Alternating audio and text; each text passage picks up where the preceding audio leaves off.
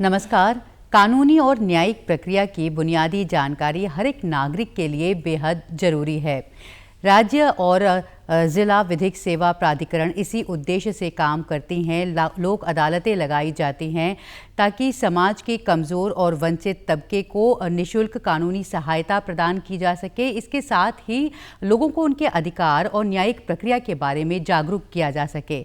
तो विधिक सेवा प्राधिकरण किस तरह से काम करते हैं, इनका उद्देश्य क्या है और ये इनसे आम लोगों को किस तरह फ़ायदा मिलता है, इस सब पर बातचीत करेंगे। हमारे साथ आज स्टूडियो में मौजूद हैं उत्तराखंड राज्य विधिक सेवा प्राधिकरण के सदस्य सचिव प्रदीप मणि त्रिपाठी जी। कार्यक्रम में आपका बहुत बहुत स्वागत है। थैंक यू मैडम जी। तो जो विधिक कहते हैं हम, कानूनी तौर पर साक्षर होना, लोगों को उनके कानूनी अधिकार भी पता हो और न्यायिक प्रक्रिया की बुनियादी जानकारी भी होनी चाहिए। जिला या राज्य विधिक सेवा प्राधिकरण, राष्ट्रीय विधिक सेवा प्राधिकरण के बारे में हमारे दर्शकों को बताइए कि इनके गठन का उद्देश्य क्या है और ये किस तरह से कार्य करते हैं। मैडम, हर देश का अपना एक संविधान होता है। वैसे हमारा भी संविधान है और संविधान का जो अनुच्छेद 21 है वो कहता है कि किसी भी व्यक्ति को उसके प्राण एवं दैहिक स्वतंत्रता से बिना विधि द्वारा स्थापित प्रक्रिया से वंचित नहीं किया जा सकता। उसी आधार पर अनुच्छेद 21 की व्याख्या करते हुए माननीय उच्चतम न्यायालय ने M.H. Hoskot versus state of Maharashtra और हुसैन आरा खातून वर्सेस स्टेट ऑफ बिहार, ये दोनों जजमेंट 1978-79 के आसपास के हैं, जिसमें उन्होंने कहा कि हर व्यक्ति के जीवन के अधिकार के रूप में उनको निःशुल्क कानूनी सहायता भी मिलनी चाहिए। इसी आधार पर संविधान का 42वां संविधान संशोधन हुआ और एक नया अनुच्छेद जोड़ा गया, अनुच्छेद 39A, जिसके तहत सभी व्यक्तियों को निःशुल्क कानूनी सहायता देने का प्रावधान किया गया। उसके आधार पर एक एक्ट बनाया गया जिसे लीगल सर्विसेज अथॉरिटी एक्ट या 1987 का वो एक्ट है, राज्य विधिक सेवा प्राधिकरण अधिनियम 1987, जिसमें इस तरह का प्रावधान किया गया कि लोगों को निःशुल्क कानूनी सहायता कैसे प्रदान की जाए। वो एक्ट है तो 1987 का, पर वो 9 नवंबर 1995 को लागू हुआ, इसलिए 9 नवंबर को हम लोग लीगल सर्विसेज डे के रूप में मनाते हैं जी। उस एक्ट के तहत उन्होंने नालसा, जिसको नेशनल लीगल सर्विसेज अथॉरिटी कहते हैं, फिर सालसा, जिसको स्टेट लीगल सर्विसेज अथॉरिटी कहते हैं, फिर डालसा, जिसको डिस्ट्रिक्ट लीगल सर्विसेज अथॉरिटी कहते हैं, और TLSC, taluka legal services committee का गठन किया गया ताकि हर स्तर पे नीचे से लेके माननीय उच्चतम न्यायालय तक, माननीय उच्च न्यायालय तक लोगों को निःशुल्क कानूनी सहायता दी जा सके। तो राज्य विधिक सेवा प्राधिकरण या जिला विधिक सेवा प्राधिकरण या तहसील विधिक सेवा समिति या राष्ट्रीय विधिक सेवा प्राधिकरण, इन सब का गठन राज्य विधिक सेवा प्राधिकरण 1987 के तहत किया गया है, राज्य विधिक सेवा प्राधिकरण अधिनियम 1987 के तहत। और उसी में ये प्रावधान किया गया है कि लोगों को निःशुल्क कानूनी सहायता उपलब्ध कराई जाए, जिसमें बहुत सारी सहायताएं शामिल हैं। सरकारी खर्चे पे वकील देना जी। लोगों को न्याय शुल्क न लगे इसलिए न्याय शुल्क देना, जो कागज या प्रिंटिंग में जो खर्चे होते हैं वो सब उपलब्ध कराना। तो ये सारा काम हम लोगों को, जो पात्र व्यक्ति हैं, उन तक उपलब्ध कराते हैं। तो आप जो कह रहे हैं कि निःशुल्क कानूनी सहायता उपलब्ध कराया जाता है, जो मुख्य उद्देश्य है कहा जाए तो विधिक सेवा प्राधिकरण का। पात्रता की बात की आपने, तो इसके कौन से लोग हैं जो इसके लिए पात्र हैं और किस तरह से वो लोग इन सेवाओं का लाभ ले सकते हैं? देखिए, जब हमारे संसद में माननीय पंडित जवाहरलाल नेहरू जी, जो हमारे देश के पहले प्रधानमंत्री थे, उनका एक भाषण है जो बहुत प्रसिद्ध हुआ था। वो छोटा सा उसका एक पार्ट है जिसमें उन्होंने कहा था पार्लियामेंट में कि the services of India means the services of millions who suffer, it means the ending of disease, ignorance and inequality of opportunity, the ambition of the greatest man of our generation has to wipe every tear from every eyes that may be beyond us, but as long as there are tears and suffering in the eyes, so long our work will not be over। तो समाज का जो पिछड़ा गरीब तबका है तो उन सबको, जिसमें खासकर SC ST वर्ग के लोग हैं, महिलाएं और बच्चे हैं, या मानव दुर्व्यवहार, बेगार या बलात्श्रम के शिकार व्यक्ति हैं, या जेल में जो निरुद्ध व्यक्ति हैं, या जिनकी वार्षिक आय 3 लाख रुपए से कम है, या भूतपूर्व सैनिक हैं, या जो ट्रांसजेंडर समुदाय है वो व्यक्ति, या वरिष्ठ नागरिक, या HIV से पीड़ित व्यक्ति, ये सभी व्यक्ति पात्र व्यक्ति की श्रेणी में आते हैं। इसके बावजूद भी अगर कोई व्यक्ति पात्रता की श्रेणी में नहीं आता है तो कार्यपालक अध्यक्ष जो वरिष्ठतम न्यायाधीश होते हैं उच्च न्यायालय के, उनको ये अधिकार दिया गया है कि वो ऐसे व्यक्तियों को भी निःशुल्क सहायता उपलब्ध करा सकते हैं जो पात्रता की श्रेणी में नहीं आते। और इसी आधार पर माननीय उच्चतम न्यायालय ने एक मामले में सुहास चकमा वर्सेस यूनियन ऑफ इंडिया का एक जजमेंट अभी हाल ही में माननीय उच्चतम न्यायालय ने दिया है, जिसमें लोगों को निःशुल्क विधिक सहायता देने, कानूनी जानकारी का प्रचार प्रसार करने के बहुत सारे निर्देश दिए गए। तो ये पात्रता की श्रेणी है मैडम जी। और ये भी कि तरीका क्या है, अप्रोच कैसे करेंगे, अगर किसी को निःशुल्क कानूनी सहायता लेनी है तो अप्रोच का तरीका क्या होगा? अप्रोच का तरीका बहुत ही आसान है। अगर डिजिटल माध्यम से जाएं तो टोल फ्री नंबर है, जो टोल फ्री नंबर आपके हमने 1800-180-400 ये हमारे SLSA का टोल फ्री नंबर है, और 15100 ये नालसा जो नेशनल लीगल सर्विसेज अथॉरिटी है उसका टोल फ्री नंबर है। तो या तो कोई व्यक्ति सीधे डिजिटली कनेक्ट हो सकता है टेलीफोन के माध्यम से नालसा को उसके टोल फ्री नंबर पे, या स्टेट लीगल सर्विस अथॉरिटी के टोल फ्री नंबर पे। अभी हाल ही में हमने राज्य सरकार से मिलके न्याय मित्र हेल्पलाइन पे हम काम कर रहे हैं। जैसे उत्तराखंड राज्य में मुख्यमंत्री हेल्पलाइन काम करती है, वैसे ही हमारा न्याय मित्र हेल्पलाइन कुछ दिन में पब्लिक के बीच में होगा और लगभग वो बन के तैयार है। तो कोई व्यक्ति टेलीफोन के माध्यम से, मोबाइल के माध्यम से या मैसेज के माध्यम से हम तक पहुंच सकता है, निःशुल्क कानूनी सहायता की याचना कर सकता है, डिजिटली फॉर्म भर सकता है, या सबसे और आसान अगर तरीका हम बताएं तो हर जिले में हमारे जिला विधिक सेवा प्राधिकरण है, हर जिले में वो सिविल न्यायालय के परिसर के भीतर ही रहते हैं। तो जिला विधिक सेवा प्राधिकरण के सचिव के पास जाकर, हर जिले में जिला विधिक सेवा प्राधिकरण के सचिव काम करते हैं, उनके पास जाकर प्रार्थना पत्र दे सकता है, या जिस न्यायालय में उसका मुकदमा है उस न्यायालय में भी वो प्रार्थना पत्र दे के निःशुल्क कानूनी सहायता का आवेदन कर सकता है। अगर वो तहसील के स्तर पे उसका मामला है तो तहसील में संबंधित न्यायालय में प्रार्थना पत्र दे सकता है, या तहसील में भी विधिक सेवा प्राधिकरण के सचिव होते हैं जिसको TLSC कहते हैं, तालुका लीगल सर्विस कमेटी, उनके भी सचिव होते हैं, उनको प्रार्थना पत्र दे सकता है, या सीधे मुझे सदस्य सचिव के नाम से वो पत्र प्रेषित कर सकता है और राज्य विधिक सेवा प्राधिकरण से भी सहायता मांग सकता है। राज्य विधिक सेवा प्राधिकरण भी उसे निःशुल्क कानूनी सहायता उपलब्ध कराएगी। जी, तो मतलब दोनों ही तरीके हैं, आप डिजिटल ऑनलाइन सुविधाओं के जरिए भी इसके लिए आवेदन कर सकते हैं, लिख सकते हैं, या फिर जो दफ्तर है वहाँ पर भी जा सकते हैं। बहुत आसान तरीका है मैडम पहुँचने का। ठीक है। और लोक अदालतों की बात कर रहे थे हम, क्योंकि लोक अदालतें भी बहुत प्रचलित हैं, और ये भी है कि अदालतों पर बहुत दबाव भी रहता है कहीं ना कहीं बहुत सारे केसेस का। तो लोक अदालतों के बारे में बताइए कि लोक अदालतें किस तरह से काम करती हैं और इनका उद्देश्य क्या है? मैडम, लोक अदालत जो होती है, अभी हम लोगों ने जिस एक्ट का जिक्र किया, लीगल सर्विसेज अथॉरिटी एक्ट 1987 का, उसी में लोक अदालत और राष्ट्रीय लोक अदालत आयोजित करने का प्रावधान किया गया है। ऐसा माना गया है कि लोग आपस में समझौते करके भी मुकदमे निस्तारित कर सकते हैं। आपसी बातचीत से भी बहुत सारी समस्याओं का समाधान हो जाता है। ऐसा अंग्रेजी में एक कहावत है कि a bad compromise is better than a good law suit. एक बुरे से बुरा समझौता एक बहुत अच्छे जजमेंट से बेहतर हो सकता है, क्योंकि जजमेंट कितना भी अच्छा होगा उसकी अपील होगी, फिर उसकी अपील होगी, तो और जजमेंट जब होगा, न्यायिक निर्णय होगा, तो उसमें एक पक्ष निसंदेह असंतुष्ट होगा, जबकि समझौते में दोनों पक्ष माने जाते हैं कि संतुष्ट होते हैं। और इसके बहुत सारे लाभ हैं। अगर कोई व्यक्ति जो सिविल मामले जितने हैं, दीवानी मामले, वो सब इसकी श्रेणी में आते हैं। और ऐसे आपराधिक मामले जो कंपाउंडेबल नेचर के हैं, माने शमनीय प्रकृति के हैं, छोटे मामले, जो BNSS एक जो नया एक्ट 2023 जुलाई से लागू हुआ, भारतीय नागरिक सुरक्षा संहिता, उसका एक सेक्शन है सेक्शन 359, जिसमें एक श्रेणी दी गई है जो छोटे मामलों की, जिनको शमनीय मामले कहते हैं। ऐसे मामले को भी आपसी समझौते के आधार पर पक्षकार निपटा सकते हैं। तो इसका लाभ जो होता है, सबसे बड़ा लाभ ये होता है कि इसमें कोई अपील नहीं होती, वो मामला अंतिम हो जाता है, क्योंकि आपसी समझौते के आधार पर हुआ है। दूसरा, इसमें अगर किसी पक्षकार ने न्याय शुल्क दिया है तो लीगल सर्विसेज अथॉरिटी एक्ट में ये लिखा है कि वो न्याय शुल्क उसका वापस हो जाएगा। कई सिविल मामले हैं जिसमें लाखों लाख रुपए कोर्ट फीस आती है, दीवानी मामलों में, जमीन संबंधी मामलों में, तो वो सारे जो कोर्ट फीस है वो सारी वापस हो जाएगी, कोई अपील नहीं होगी, पक्षकार संतुष्ट होंगे दोनों।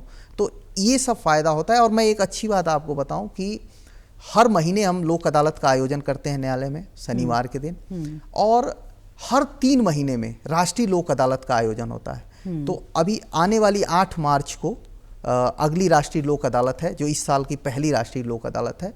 इसमें भी लोग ज़्यादा से ज़्यादा संख्या में न्यायालय में जा सकते हैं, समझौते के आधार पर अपने मामले निपटा सकते हैं। छोटे मोटे आपराधिक मामले जो समनीय प्रकृति के हैं वो निपटा सकते हैं, दीवानी मामले निपटा सकते हैं। और एक अच्छी बात ये है हमारे स्तर से कि अभी पिछले साल की लोक अदालत में हमने माननीय जो एग्जीक्यूटिव चेयरमैन साहब हैं, जो हाई कोर्ट के वरिष्ठतम न्यायाधीश होते हैं, जो अभी वर्तमान में माननीय न्यायमूर्ति श्री मनोज कुमार तिवारी जी हैं, उनके निर्देशन में हमने काम करते हुए पिछली राष्ट्रीय लोक अदालत में हमने पूरे देश में पहला स्थान प्राप्त किया है। जो पेंडिंग लिटिगेशन है, लंबित मामलों में हमने लगभग 99.74% के रेशियो से मामले निपटाए हैं और लगभग 28,000 के आसपास कुल मामले और लगभग 17,500 के आसपास जो लंबित मामले हैं वो हमने निपटाए हैं। ये इस आधार पर हमें पूरे देश में पहला स्थान इस बार प्राप्त हुआ है और राष्ट्रीय विधिक सेवा प्राधिकरण की तरफ से एक प्रशस्त तारीफ भी हमारे अप्रिसिएट किया गया है। तो ये हमारे राज्य के लिए बहुत बड़ी उपलब्धि है। मैं एक बार फिर चाहूँगी, आप बता भी रहे हैं कि किस प्रकृति के मामले, लेकिन हमारे दर्शकों के लिए बताइए कि किस तरह के मामले हैं जो लोक अदालतों में लाए जाते हैं, किस तरह की प्रकृति के मामले होते हैं। सबसे पहले तो हमें ये जानना है कि हम किस प्रकृति के मामले, जैसा कि आपने कहा, तो 2 तरीके हो सकते हैं। एक तो मामला आपका न्यायालय में लंबित है और एक मामला जो न्यायालय में अभी नहीं है। तो जो न्यायालय में अभी नहीं है, जैसे बैंक से किसी ने ऋण लिया हो, वो वापस नहीं कर रहा हो, या टेलीफोन बिल बकाया हो, या किसी तरह के बिल बकाए हों और वो अथॉरिटी जिसके प्रति उनका बिल बकाया हो वो ये कह रही हो कि हम मुकदमा ले आएंगे, तो हम प्री लिटिगेशन भी करते हैं। प्री लिटिगेशन जो मुकदमे अभी न्यायालय में नहीं आए हैं, भविष्य में आ सकते हैं, तो प्री लिटिगेशन लोक अदालत भी होती है, ऐसे मामले आ सकते हैं। दूसरा, जो मामले न्यायालय में लंबित हैं, जैसे मैंने कहा दीवानी मामले, जमीन संबंधी मामले जितने हैं वो सारे, अगर कोई आपराधिक मामला जो शमनीय प्रकृति का है, छोटा मोटा आपराधिक मामला है, तो वो मामले जो भी हैं वो भी लोक अदालत में निपट सकते हैं। उसकी पूरी श्रेणी दी गई है। आवेदन करने के लिए या तो आप जिला विधिक सेवा प्राधिकरण के सचिव के समक्ष आवेदन कर सकते हैं कि हमारा मामला लोक अदालत में लगा दिया जाए, या संबंधित न्यायालय के समक्ष, जिस न्यायालय में आपका मामला लंबित है उस न्यायालय के समक्ष आप प्रार्थना पत्र दे सकते हैं। कई सारे पारिवारिक मामले, पति पत्नी के विवाद के मामले, जो भरण पोषण का मामला है, इस तरह के आपसी विवाद के मामले हैं छोटे मोटे, ये मामले भी लोक अदालतों में होते हैं। जो लोग हैं उन्हें ही आवेदन करना होता है कि ये हमारा केस है, हम इसे लोक अदालत में सुलझाना चाहते हैं। या तो लोग आवेदन करते हैं जिनका मामला है, या न्यायालय ऐसा पाती है कि ये मामला लोक अदालत में निपट सकता है या समझौते के आसार हैं, तो न्यायालय उन मामलों को भी लोक अदालत में पीठ के समक्ष, लोक अदालत की जो पीठ होती है उसके समक्ष भेज सकती है। जी, क्योंकि कई बार बहुत छोटे छोटे जो मुआवजे जैसे मामले हैं जो बहुत लंबा समय खिंच जाता है, जिसमें और जो कि आपसी सुलह सहमति से जल्दी निपट सकता है, और स्थायी किस्म की भी लोक अदालतें होती हैं जो स्थायी प्रकृति की होती हैं, वो किस तरह से काम करती हैं? मैडम, जैसे हमारे राज्य में जो स्थायी लोक अदालत है, ये भी लीगल सर्विसेज अथॉरिटी एक्ट 1987 जो है उसका सेक्शन 22A से लेकर 22E तक स्थायी लोक अदालत के संबंध में वो प्रावधान करता है। स्थायी लोक अदालत का जो अस्तित्व है वो पब्लिक यूटिलिटी सर्विसेज जो हैं, जैसे आम जन की सपोज पानी की समस्या है, या पानी को लेकर कोई समस्या हो, या सड़क को लेकर कोई समस्या हो, सपोज स्ट्रीट लाइट है, नगर पालिका का काम है स्ट्रीट लाइट बनाए रखना, साफ सफाई रखना, या नेशनल गैस सर्विसेज, गैस से संबंधित कोई मामले हो, या टेलीफोन से रिलेटेड कोई प्रॉब्लम हो, या पब्लिक ट्रांसपोर्ट या इलेक्ट्रिक सप्लाई, इस तरह के जो छोटे छोटे पब्लिक यूटिलिटी वाले मैटर हैं, ये सारे मामले पर स्थायी लोक अदालत के समक्ष जाते हैं। अभी हमारे उत्तराखंड राज्य में 4 जिलों में स्थायी लोक अदालत कार्य कर रही है, जो चारों मैदानी जिले हैं, देहरादून, हरिद्वार, ऊधम सिंह नगर और नैनीताल। और आने वाले समय में हम 3 और जिलों में स्थायी लोक अदालत शुरू करने वाले हैं, जिसमें अल्मोड़ा, टिहरी गढ़वाल और पौड़ी गढ़वाल, जिस पे राज्य विधिक सेवा प्राधिकरण काम कर रही है। तो और इसी के साथ साथ हमने सरकार के सामने जो इस तरह का प्रस्ताव भेजा है माननीय मुख्य न्यायाधीश महोदय और माननीय कार्यपालक अध्यक्ष महोदय के निर्देश पे, कि इस सेवाओं को और अधिक विस्तार दिया जाए। जो स्कीम है, गवर्नमेंट स्कीम्स जितनी है, वृद्धा पेंशन, विधवा पेंशन, ये सारी स्कीम्स भी पब्लिक यूटिलिटी सर्विस के दायरे में लाई जाए, जिससे स्थायी लोक अदालत के माध्यम से उन मुकदमों का जल्दी से जल्दी निस्तारण हो, संबंधित व्यक्ति को शीघ्र से शीघ्र न्याय मिल सके। जी बिल्कुल, तो ये न्याय तक पहुंच के लिए एक आसान जरिया है कहा जा सकता है। जी बिल्कुल मैडम। और न्यायिक प्रक्रिया की एक बड़ी अहम कड़ी जो है वो पैरालीगल वॉलंटियर्स भी हैं, जिन्हें अधिकार मित्र भी कहते हैं। तो इनका क्या रोल है और ये किस तरह से काम करते हैं? देखिए मैम, ऐसा कहा जाता है कि आपके पास जितने ज़्यादा हैंड हैं आप उतने ही ज़्यादा स्ट्रांग हैं। जिस आदमी के पास जितनी ज़्यादा लोग हैं जिसके साथ, मैं अकेला ही चला था जानिबे मंजिल मगर लोग आते गए और काफिला बनता गया। सिर्फ इसी उद्देश्य पे जितने ज़्यादा हमारे पास लोग होंगे हम उतना ही मजबूत होंगे। इसी उद्देश्य की पूर्ति के लिए जिला विधिक सेवा प्राधिकरण की सहायता को करने के लिए हमने अधिकार मित्र, जिसे पहले पैरालीगल वॉलंटियर्स कहते थे, अब अधिकार मित्र कहते हैं, तो अधिकार मित्रों का चयन किया जाता है। अभी हमारे उत्तराखंड राज्य की जो स्ट्रेंथ है अधिकार मित्रों की वो लगभग 1395 है। हर जिले में लगभग 100 अधिकार मित्र हैं। कोई बड़ा जिला है तो उसमें 100 से अधिक अधिकार मित्र हैं, वो काम कर रहे हैं।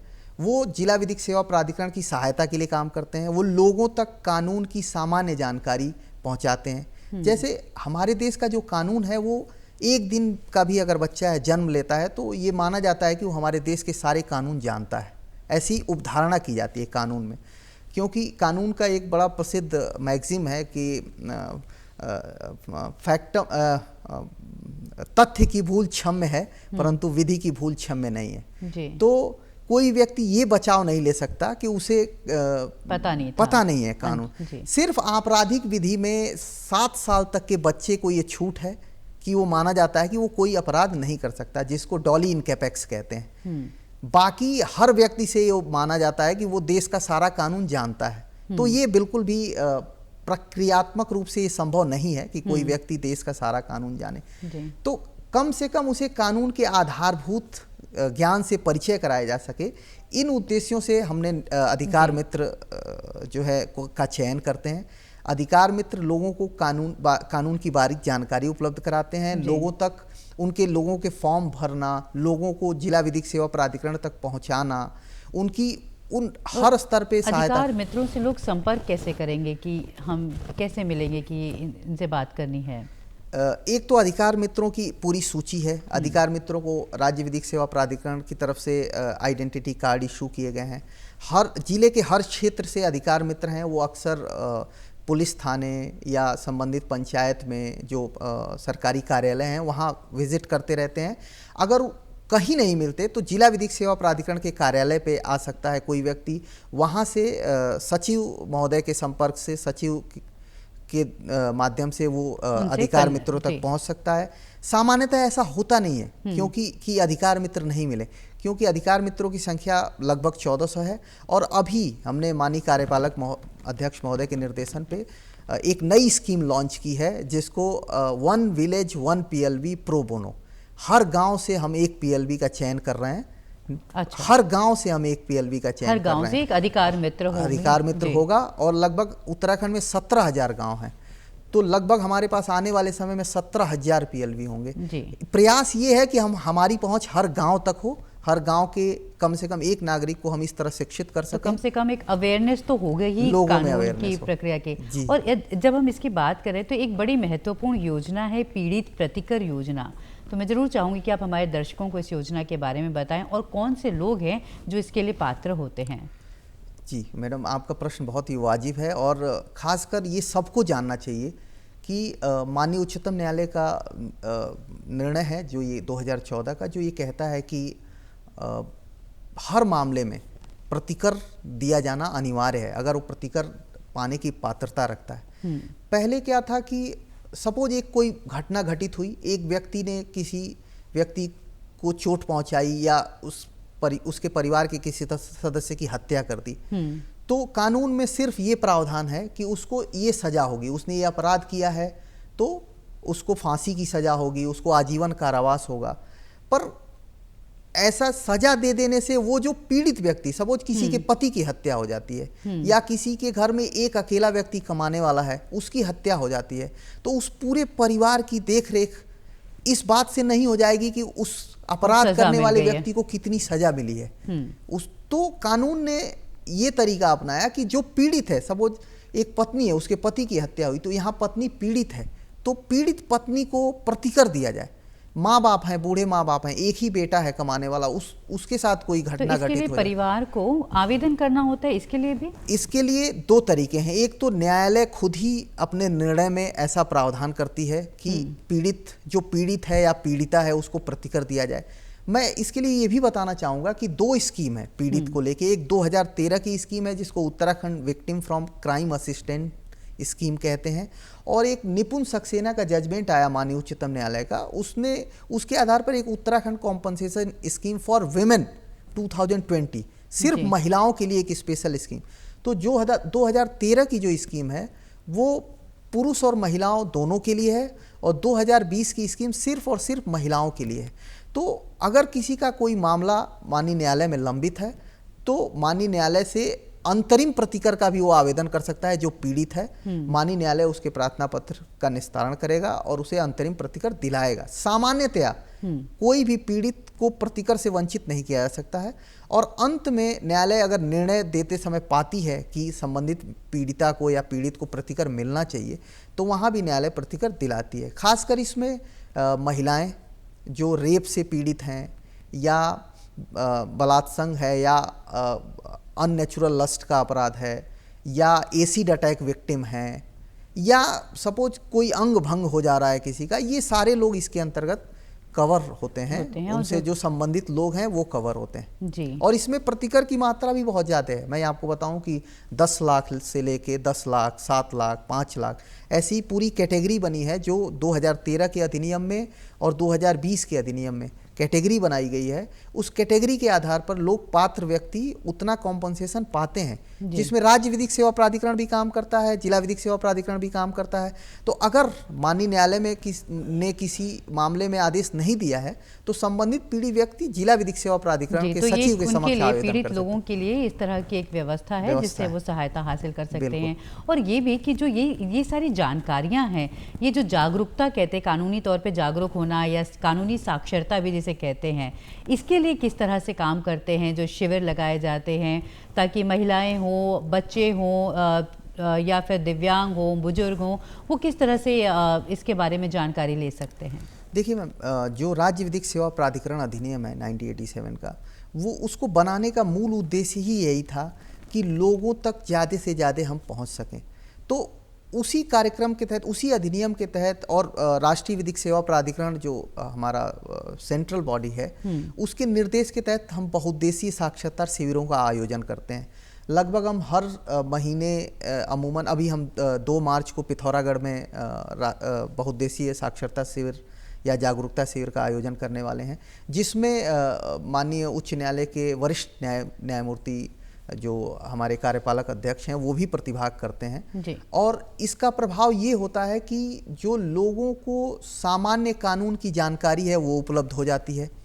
सरकार की जितनी स्कीम्स हैं उनका लाभ तत्कालिक रूप से वहीं मिलता है, क्योंकि सारी सरकारी संस्थाएं जो विकलांगता प्रमाण पत्र जारी करती हैं या विधवा प्रमाण पत्र जारी करती हैं, वो सब उस शिविर का हिस्सा होती हैं जी। तो आम जन, या हम निःशुल्क जो मेडिकल एड है वो उपलब्ध कराते हैं। कई बार कई प्राइवेट एनजीओ या सरकारी एनजीओ की मदद लेके हम लोगों को निःशुल्क चिकित्सकीय सुविधाएं उपलब्ध कराते हैं। शिविर है यहाँ पर बहुउद्देशीय, इसका नाम ही इसीलिए बहुउद्देशीय है कि इसमें बहुत सारे उद्देश्यों की पूर्ति होती है। लोगों को हम बहुत सारे, कई शिविरों में हम एनजीओ की मदद से टैबलेट, व्हील चेयर, तो इस तरह की मदद भी मिल जाती है, हेयरिंग एड मशीन, ये सब वितरित करते हैं। और एक और आज के दौर की अगर हम बात करें तो एक डिजिटल फ्रॉड बहुत हो गया है, और जिसको लेकर बहुत अवेयरनेस के कैंपेन भी चलाए जाते हैं। तो डिजिटल फ्रॉड से अगर, या साइबर क्राइम से बचाव के लिए इस संबंध में भी कुछ आप लोगों के जागरूकता कार्यक्रम आयोजित होते हैं? हाँ बिल्कुल मैम, अभी कुछ दिन पहले ही हमने पूरा एक सप्ताह का, कई बार 15 दिन का हम लोग साइबर क्राइम और डिजिटल अरेस्ट पे अवेयरनेस प्रोग्राम चलाते हैं। हर जिलों ने अभी कुछ दिन पहले ही साइबर क्राइम और डिजिटल अरेस्ट पे अवेयरनेस प्रोग्राम चलाया था, लोगों को जागरूक किया। एक्चुअली क्या है कि डिजिटल अरेस्ट अब कुछ दिन पहले तो ये अननोन था जी।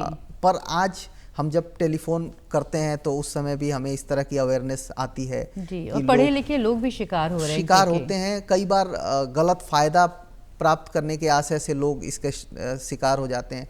कई बार जो लोग कानूनी रूप से जानकारी नहीं होती, उस वजह से भी इसके प्रभाव में आ जाते हैं। तो मैं कुल मिला के ये कहना चाहूँगा कि ऐसी कोई प्रक्रिया नहीं होती है कि किसी को डिजिटली अरेस्ट कर लिया जाए या फ़ोन पे ये कह दिया जाए कि आपको अरेस्ट कर लिया गया है या आपके खिलाफ हम ये कार्रवाई करने वाले हैं। सामान्यतः सरकारी संस्थाएं ऐसे काम नहीं करती हैं।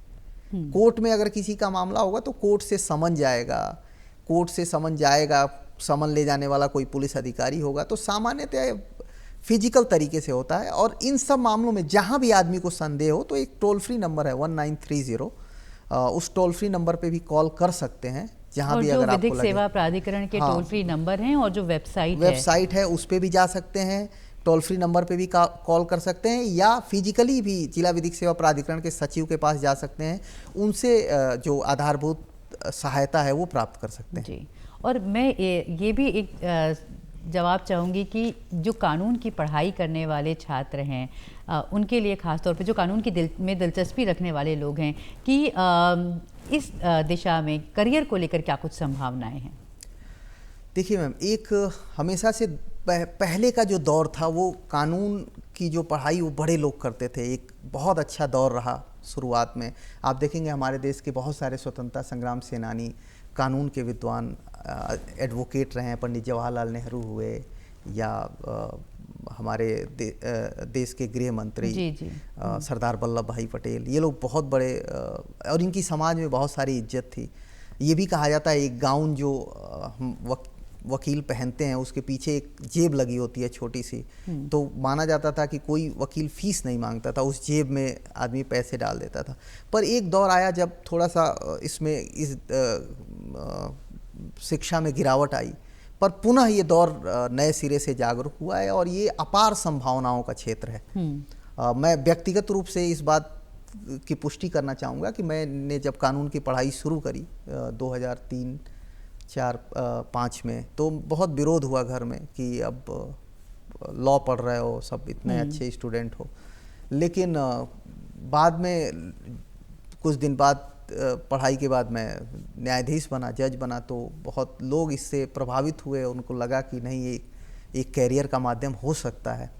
तो इसलिए जैसे कानून की पढ़ाई का अब एक नया दौर है। जैसे कोई न्यायाधीश बन सकता है, कोई अच्छा अधिवक्ता बन सकता है, कोई बैंक के लीगल एडवाइज़र के रूप में काम कर सकता है, या आजकल एक जैग होता है मिलिट्री में भी, आर्मी में भी आप बतौर न्यायाधीश काम कर सकते हैं, उसमें भी लोग जाते हैं। बैंक है, वहाँ भी जाते हैं।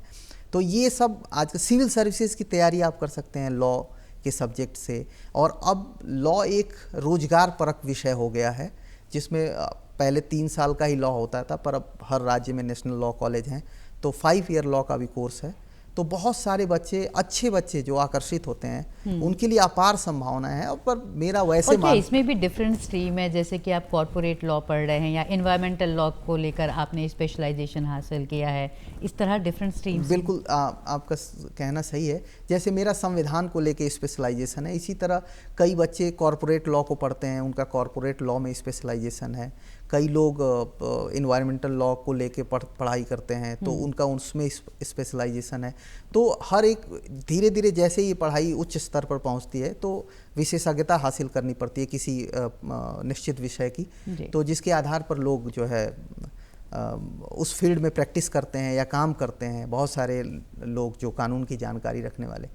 तो पर वैसे मेरा मानना है कि कोई भी क्षेत्र में, मतलब दर्शकों से ये कहना चाहूँगा कि कोई भी क्षेत्र जो है या कोई भी काम छोटा बड़ा नहीं होता और बिना मेहनत के कुछ मिलता नहीं है। निदा फाजली का एक शेर है कि सफ़र में धूप तो होगी जो चल सको तो चलो, सफ़र में धूप तो होगी जो चल सको तो चलो, सभी हैं भीड़ में तुम भी निकल सको तो चलो, किसी के वास्ते राहें कहाँ बदलती हैं, तुम अपने आप को खुद ही बदल सको तो चलो, यहाँ किसी को कोई रास्ता नहीं देता, मुझे गिरा कर अगर तुम संभल सको तो चलो, यही ज़िंदगी, यही है ज़िंदगी, चंद ख्वाब कुछ उम्मीदें, इन्हीं खिलौनों से अगर तुम भी बहल सको तो चलो। जी, बहुत बहुत अच्छा अच्छा लग रहा है कि जब हम कानून की बातचीत कर रहे हैं और साक्षरता की बात कर रहे हैं तो ये जो शेर ये शायरी है ये भी हौसला देती है और रास्ता दिखाती है आगे के लिए। अंत में अगर आपको दर्शकों से कुछ भी आपको लगता है कि क्यों हमें कानूनी तौर पर साक्षर होना, लीगल लिटरेसी बहुत ज़्यादा ज़रूरी है और इसके बारे में स्वयं भी ज्ञानार्जन करना चाहिए। जी देखिए, कानून की जानकारी क्यों ज़रूरी है ये तो मैं शुरू में बताया आपको कि आप इस बात का कोई भी व्यक्ति बचाव नहीं ले सकता कि उसे कानून का ज्ञान नहीं था। इसलिए हर व्यक्ति को कम से कम अपने अधिकारों के लिए, जब तक आप अपने अधिकार नहीं जानेंगे तब तक आप लोगों के सामने प्रभावकारी तरीके से अपने आप को प्रस्तुत नहीं कर सकेंगे। तो कम से कम अपने लिए कानून की आधारभूत जानकारी रखनी चाहिए। लोगों को इस दिशा में प्रेरित करना चाहिए कि लोग कानून के बारे में जानें। लोगों की सहायता के लिए हमेशा आप तभी खड़े हो सकते हैं जब आपको खुद पता होगा कि वास्तव में इस व्यक्ति के अधिकार क्या हैं या इसके कर्तव्य क्या हैं। तो इन सब दिशा में हम राष्ट्रीय विधिक सेवा प्राधिकरण, राज्य विधिक सेवा प्राधिकरण या जिला विधिक सेवा प्राधिकरण या तालुका विधिक सेवा समिति, ये सब हम काम करते हैं। बहुत ही आसान है हम तक पहुंच पाना। हर जिले में हमारे जिला विधिक सेवा प्राधिकरण के सचिव बैठते हैं, वहाँ पहुँच सकते हैं, या जैसे हमने टोल फ्री नंबर आपसे शेयर किया उसके माध्यम से पहुँच सकते हैं। और हम हर संभव आपकी मदद करेंगे, हम हर कदम पे आपके साथ हैं। राज्य विधिक सेवा प्राधिकरण हुआ या जिला विधिक सेवा प्राधिकरण, अगर राज्य विधिक सेवा प्राधिकरण, जिला विधिक सेवा प्राधिकरण के स्तर से आपका समस्या का समाधान नहीं हो सकता तो आप सीधे राज्य विधिक सेवा प्राधिकरण तक पहुंच सकते हैं, या राष्ट्रीय विधिक सेवा प्राधिकरण के टोल फ्री नंबर पे भी 15100 पे कॉल कर सकते हैं, कानून की जानकारी ले सकते हैं या विधिक सहायता की मांग कर सकते हैं। जी, तो जिस तरह से आपने बताया कि डिजिटल लेवल पर भी आप वेबसाइट के ज़रिए, टोल फ्री नंबर के ज़रिए भी आवेदन कर सकते हैं, जानकारी ले सकते हैं, सहायता मांग सकते हैं। उसके अलावा जो तहसील स्तर पर या ज़िला स्तर पर जो विधिक प्राधिकरण के दफ्तर हैं वहाँ पर भी जाकर के मदद ले सकते हैं। और अगर हम ये इस तरह की बात करें तो कितनी साक्षरता दिखती है आपको लोगों के बीच में? क्या आपको लगता है कि अब इस पर और कार्य किए जाने की ज़रूरत है? निस्संदेह ज़रूरत है। मेरा ये मानना है कि जैसा कि मैंने माननीय प्रधानमंत्री पंडित जवाहरलाल नेहरू की एक लाइन पढ़ी थी कि हमारा काम तब तक ख़त्म नहीं होगा जब तक कि समाज के एक व्यक्ति के आंख में आंसू है। जब तक हम वो आंसू पोंछ नहीं लेते तब तक हमारा काम ख़त्म नहीं होता। तो हम भी इसी दिशा में, इस आधार पर काम करते हैं कि हमारा ये उद्देश्य है कि हम समाज के हर उस तबके तक पहुंच बना सकें, हर उस व्यक्ति तक पहुंच सकें जिसको हमसे आशा है। और ये इस काम अकेले नहीं कर सकते हम। सरसार सैलानी का एक शेर है कि चमन में इख्तिलात रंगो बू से बात बनती है, चमन में इख्तिलात रंगो बू से बात बनती है, हम ही हम हैं तो क्या हम हैं, तुम ही तुम हो तो क्या तुम हो। तो जब हम सब मिल के काम करेंगे, मैं, आप, समाज का हर तबका एक दूसरे की सहायता में काम करेगा, तो निस्संदेह हम हर व्यक्ति तक पहुंच पाएंगे, उस व्यक्ति की सहायता कर पाएंगे। इन्हीं उद्देश्यों की दिशा में हम काम भी करते हैं। जी बिल्कुल, और आप हमारे स्टूडियो में आए और ये सारी जानकारी हमारे दर्शकों के साथ साझा की, इसके लिए आपका बहुत बहुत शुक्रिया। बहुत बहुत धन्यवाद मैडम कि आपने हमें अवसर दिया, हम लोगों तक पहुँच सके। Thank you. तो विधिक साक्षरता, कानूनी तौर की, कानून की और न्यायिक प्रक्रिया की बुनियादी जानकारी हम सब के लिए बेहद ज़रूरी है और इस तक पहुंच के लिए बहुत सारे प्लेटफॉर्म्स भी हैं। विधिक सेवा प्राधिकरण है जहां पर जाकर आम व्यक्ति कानूनी सहायता या न्यायिक प्रक्रिया से जुड़ी किसी तरह की सहायता की ज़रूरत हो तो वो हासिल कर सकते हैं। कार्यक्रम में इतना ही। नमस्कार।